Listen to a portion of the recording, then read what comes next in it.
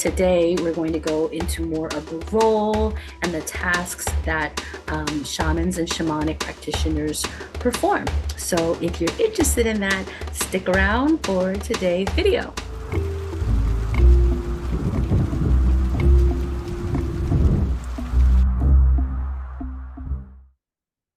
Hello, hello, hello, and welcome back to my channel. If this is the first time that you're joining me, then welcome. I am Maestra Wyzdom DVine. Wyzdom DVine is my healer's name, and Heals the Mother is my given shamanic name, given to me by my mentors and teachers and spirit guides and elders. On this channel, I dive deeper into subjects and topics that are meant for what I consider the gifted helpers, those of us who are out here trying to make spiritual, energetic, and healing practices work so that we can share our beautiful gifts with those who are in need of them. If that is interesting to you, then go ahead and subscribe to my channel, click the like button, comment, and share this video. Okay, so today we're getting back into our series of what is shamanism. And specifically today, we are going to go into what do shamans and shamanic practitioners do. So this is something that I created to kind of work out any kinks, any questions, any confusion that I see out there among the internet, amongst sometimes even my students that are already in class and they're still like having a hard time explaining to their family members what exactly is shamanism. So if you missed the last video, be sure to check that one out. It's the 7 key elements that make up a shamanic practice. Today, we're going to go into more of the role and the tasks that shamans and shamanic practitioners perform. Okay, so shamanism has gotten very popular recently, or it's getting popular, I would say. It's gotten more popular than when I first started, and it's getting more and more popular by the day, it seems, on the internet, on social media, Instagram, Facebook, YouTube. It seems like more and more people are rediscovering, I don't want to say discover, because these are ancient practices that are already out there, that have been around since, antiquity, and now we're remembering them, we are rediscovering them, we are reawakening these things that are laying dormant in our DNA, that are already our birthright. So a lot of people have found their way to shamanism, and they're a little confused about what exactly it is. It's not something, is it scary? Is it something consisting all the time of plant medicines? And no, that it's not. So I don't use plant medicines. I don't teach shamanism in a way to use plant medicines, although that does exist, and it is a very revered and respected form of the practice. Okay, let's go ahead and begin our video with a basic understanding of what a shaman or shamanic practitioner is. Shamans and shamanic practitioners are spiritual leaders who engage in ancient practices rooted in various indigenous cultures. Grounded in a deep connection to nature, these individuals undertake rituals and ceremonies often facilitated through drumming, dancing, and meditation to enter altered states of consciousness. Within this trance-like state, they communicate with spiritual entities, seeking guidance, healing, and wisdom. Shamans play multifaceted roles within their communities, serving as healers, advisors, and guardians of spiritual well-being. Their practices are founded on the belief that maintaining harmony with nature and the spirit world is essential for individual and collective balance, emphasizing a holistic approach to healing and community support. Okay, so that's what a shaman or a shamanic practitioner is.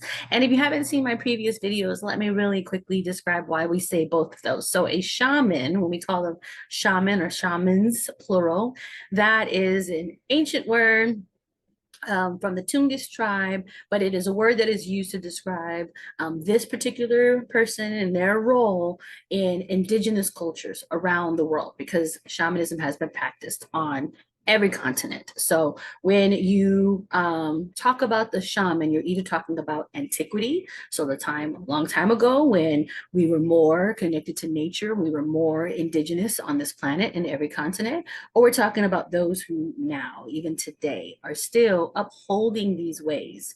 They're still connected to the earth. They're still transferring these cultures, these practices, these traditions down either orally or with their actions down through their generations. So this is the world they live in all of the time.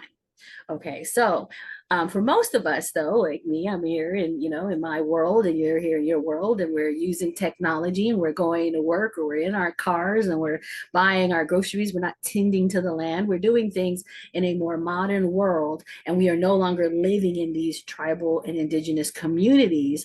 We find shamanism, and we are considered shamanic practitioners once we become certified. So a shamanic practitioner is someone who's practicing the spiritual and healing elements of shamanism in this modern world. Hopefully that makes sense. Let me know below if I lost you. Okay, so now we have a basic definition of what the shaman and the shamanic practitioners are. Let's go ahead and talk about some of the things that they do. We're going to be listing 7 tasks and roles that the shamanic practitioner and shaman perform. So, number 1 is connecting with spirits. Shamans and shamanic practitioners connect with spirits from the natural world, like animals, trees, and elements. They believe these spirits have wisdom to share. So when a shamanic practitioner or a shaman goes into that trance I was talking about before, they go into a trance-like state, they go into another realm, a shamanic realm, a spiritual realm, and they speak with spirits, and not even just to another realm and in trance. Like, we speak to the spirits all the time. We speak to trees. I'm sure some of you guys do this even, so you might already be tapping into your inner shamanic practitioner. We speak to the trees. We speak to different animals. We speak to the water. We speak to the spirits walking around in our houses. We speak to the spirits that we might feel are attaching themselves to others. So we speak to those spirits. We communicate with them. We connect with them, and we gain wisdom from them. We believe the trees have something to teach us. We believe these old rocks have something to teach us. We believe the mountains have something to teach us, and all of our animal allies and spirits, and the ones that come forward for you specifically, because you have your own spirit team. Your spirit team and your spirit guides have wisdom and guidance and healing that we go and we find out for you, and we interact with them on your behalf. Okay. Number 2, rituals and ceremonies. They perform special rituals and ceremonies using tools like drums, rattles, or dances. These rituals help them enter a trance-like state, allowing them to communicate with the spirit realm. So as I stated, we go into trance, but we have a lot of tools. We have different ceremonies. We light white candles or different colored candles for different things. We have our different smudge sticks that we use for different purposes. They might be used for different things. We have different types of rattles, things that make different types of noise that we use to wake up the spirits and bring in the vibration of sound. We drum so that we can get into that certain vibration and frequency of trance. We open up sacred space all around us. We call in the different directions. We call on the powers of the different elements. Some people might use different deities. We use crystals. We do different things, and we create a ceremony out of it. We create a ceremony that is a beautiful practice, a beautiful display of honor and praise and ritual and respect and gratitude, calling in whoever we need so that we can thank them in advance for any help that they're going to give us and healing that they're going to do for us, and also for their guidance and their wisdom.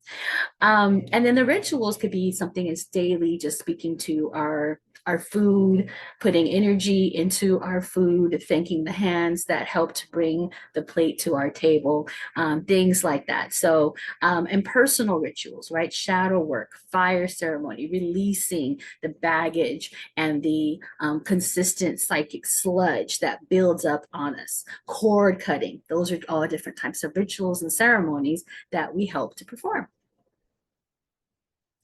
Okay, number three. Number three is healing practices.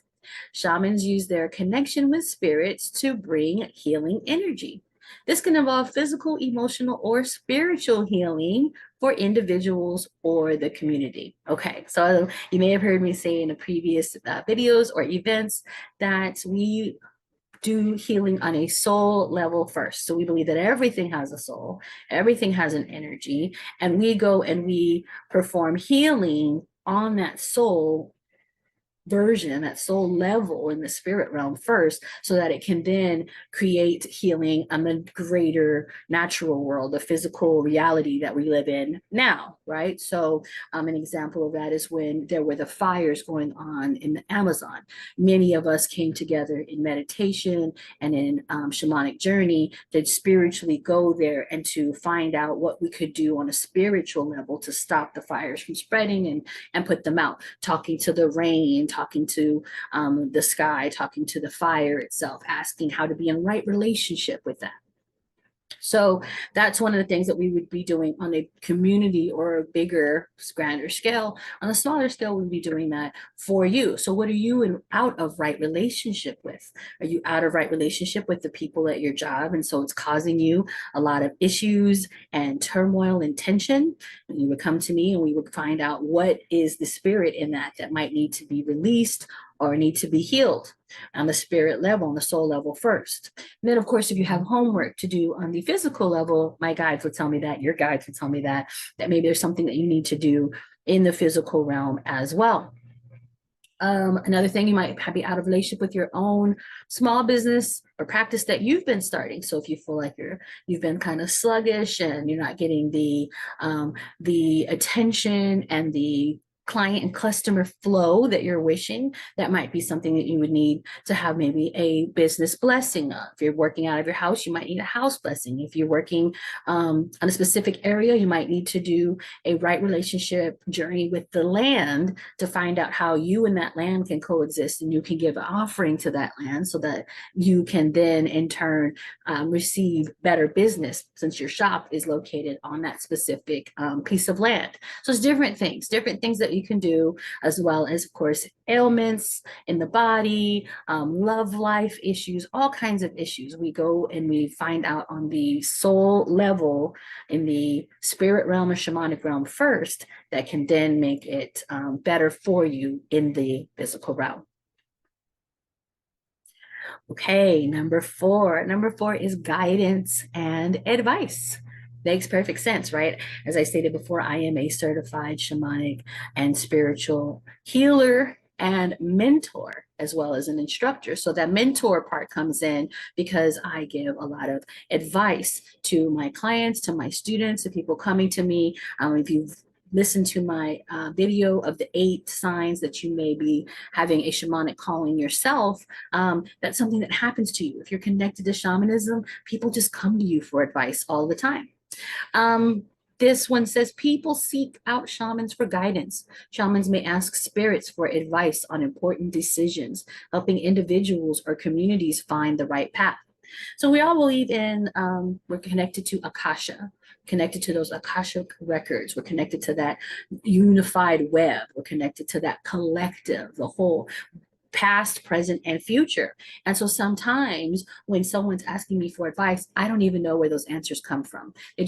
It's just pulling information from the wise ones, the ancients, the elders, the people, the versions of us in the future, different past life lineages, the DNA, running through me, running through my body. I'm tapping into this greater knowledge that for some reason is very helpful to other people. I mean, obviously it's very helpful because it just exists all the time. It's all knowing. So all of us can tap into it. Anybody can, but a shamanic practitioner or a shaman can be can just kind of have their finger on that pulse all the time without even realizing it. So people, they sense that, they sense the shine, and they come to you. They come to you for advice. They come to me for advice. They start conversations in grocery stores, and babies see it, animals see it. Everything is like attracted to you, wanting your attention, wanting to talk to you, wanting to let you know.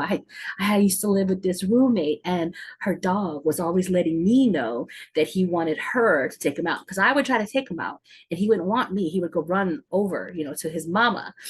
So if he wanted to go outside or he needed something, he would walk right over to me and just sit and just stare, just blinking, staring at me, because he knew I could understand. He knew I could hear the message. And I would be like, he wants you to take him out. So that was like, there's a good example of how they know that you are the one to come to, that's going to give them that advice and that guidance that they seek. A little bit more about me. I am a certified and ordained spiritual and shamanic healer, mentor, instructor, and I run the Wyzdom DVine Mystery School. Today I'm wearing my certified Pachamama Warrior t-shirt, my Wyzdom DVine School logo on it. Okay, number 5 is nature connection. Shamans emphasize a strong connection to nature. They believe that understanding and respecting nature is vital for maintaining balance in the world. And so I was talking a little bit about right relationship. In shamanism, we call that aini. Aini is the word that means right relationship. That means to be in balance with something. So in my classes, we look at the laws of nature, the laws of the universe, right? The law of cause and effect, the law of attraction, different laws of the universe. And so we learn those so that we know in what ways we could possibly be out of balance with something, out of that natural right relationship with nature, with ourselves, with the laws of the universe at large. Because to be in balance with the world does mean to have a stewardship for the earth. So that's why we're Pachamama warriors. Pachamama is the word for the earth mother, the earth goddess, the earth energy, that mama that takes care of us. Pacha meaning the tierra, the earth, the world, and then mama meaning obviously our mother. So we're stewards for the earth, and we're taking care of the environment. We're giving back, and we're giving love and having that right relationship and protection over the earth and all of her inhabitants. But also to be in balance with the natural world means to also be in alignment with these laws, in alignment with your natural path, and in alignment with your gifts. What is it that your calling it was supposed to be? What is it that the divine would like you to do? What is your mission when you came to this earth? If you're going against that, then you can suffer something called shamanic wound, where you are experiencing nothing's going right. You can get mystery illnesses. I talk a little bit about that in my 8 signs video as well. But these are just basically signs of saying that you have a calling, you have a mission, and you're ignoring it. Same thing can happen when we're in those relationships that we were supposed to be ending. They've already reached their expiration date. We learned everything from them that we were meant to learn.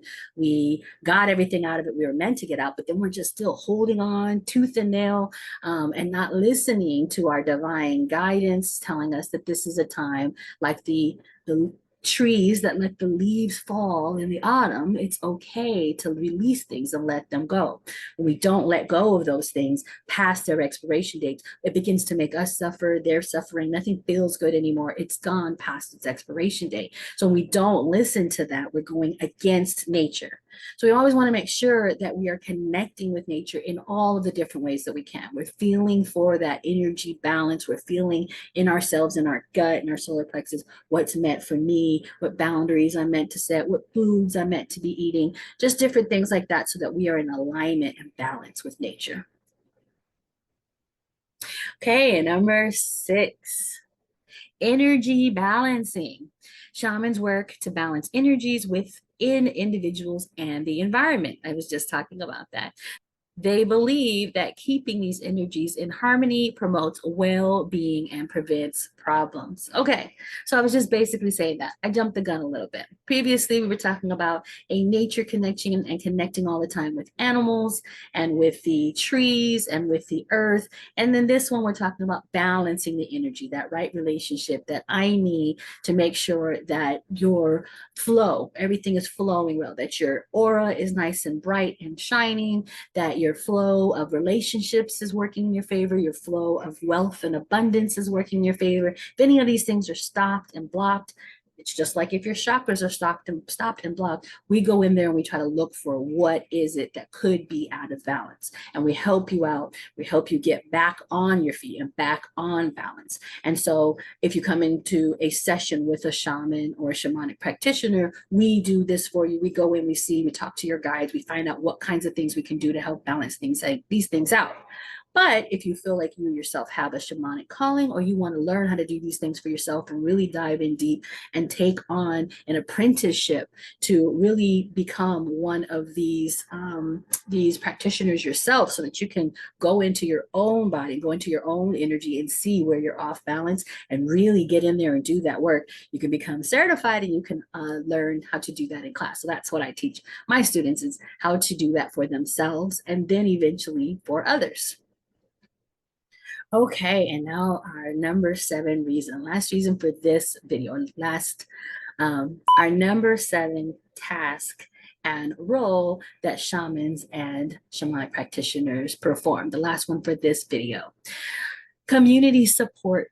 Shamans often play a role in supporting their communities. They may lead ceremonies for important events, provide counsel during challenging times, and contribute to the overall spiritual health of the group. Wouldn't it be nice if spiritual healers were the ones in office instead of the politicians that are really out for their own personal gains, and they're just trying to get a specific vote, so they don't want to mess up this, they don't want to make these people mad, they don't want to do too much. And shamanic healers and different spiritual healers, we are here for the collective, and we are here for the health of the environment and the health of the world and the health of the individual, human rights, and so on and so forth. So we're here for the overall health of communities and the future and the earth and nature. So because of that, in the past, we were the first politicians, shamans and shamanic practitioners back in our respective communities and tribes and villages. We were the ones that they would come to first to say, okay, Camp A and Camp B are feuding over this land, over this farming, over this particular crop. What do we do about that? How do we settle this and make it better? And the person would either tap into the energy right then and there and receive an answer for them, or they would say, give me a few days. They might fast. They might take a walk, might go up to a specific mountain, they might just go into journey, and then they would receive those answers and come back and give those answers to the community to help them solve these different issues. So now we do that on a smaller level. I mean, many of us who are in these roles, we have lots of ideas and opinions and advice that we give out freely on our social media pages. I know I do on Facebook and on Instagram all the time. I'm always sharing and telling people what I think about things and giving little bits of advice when I see a little bit of turmoil going on in the universe, on the internet, or in the world, in the news. Sometimes really sad and tragic things are happening. It's really getting people riled up, and I feel the need to say something and give people hope and what kind of things they can do, even if it's just to sit in meditation and send out a vibration, a specific frequency of healing, of raising the vibration in that area, and to ask that the divine and make everything better for all parties involved. So there's different things that we do now. And then on an individual level, when you come into sessions, we go into a shamanic session, you can ask for some kind of community support for yourself. Say you are running your own nonprofit business and you go into your shamanic, your neighborhood shamanic healers. I like to call myself your neighborhood shamanic healer. And you go in there and you ask them for help. You ask them to bless this endeavor. You ask them, what can I do to be in right relationship with this? Because I really want to help my community. Your shamanic practitioner would be a great person to come to for assistance on that. Okay, so that is the end of the 7 different roles and tasks that shamans and shamanic practitioners perform. Let me know if you still have any questions below in the comments. Let me know if I did a good job of answering that question for you, if you feel like you have a little bit more of an understanding of overall. In the comments, let me know that. If you yourself are a spiritual healer, entrepreneur,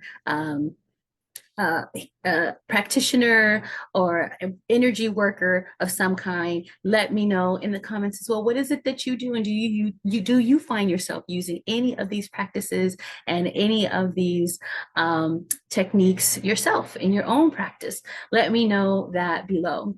And as always, if you are looking to work with me further, look in the description. We have a mystery school, the Wyzdom DVine Mystery School. We have classes that are available there, self-paced classes that you can start on your own, or you can look to see when is the next time I am starting a shamanic certification training. We do those live on Zoom, so look out for the next time that I have one of those starting. I hope everybody is enjoying your December at this time. Talk to you in the next video. Wisdom out.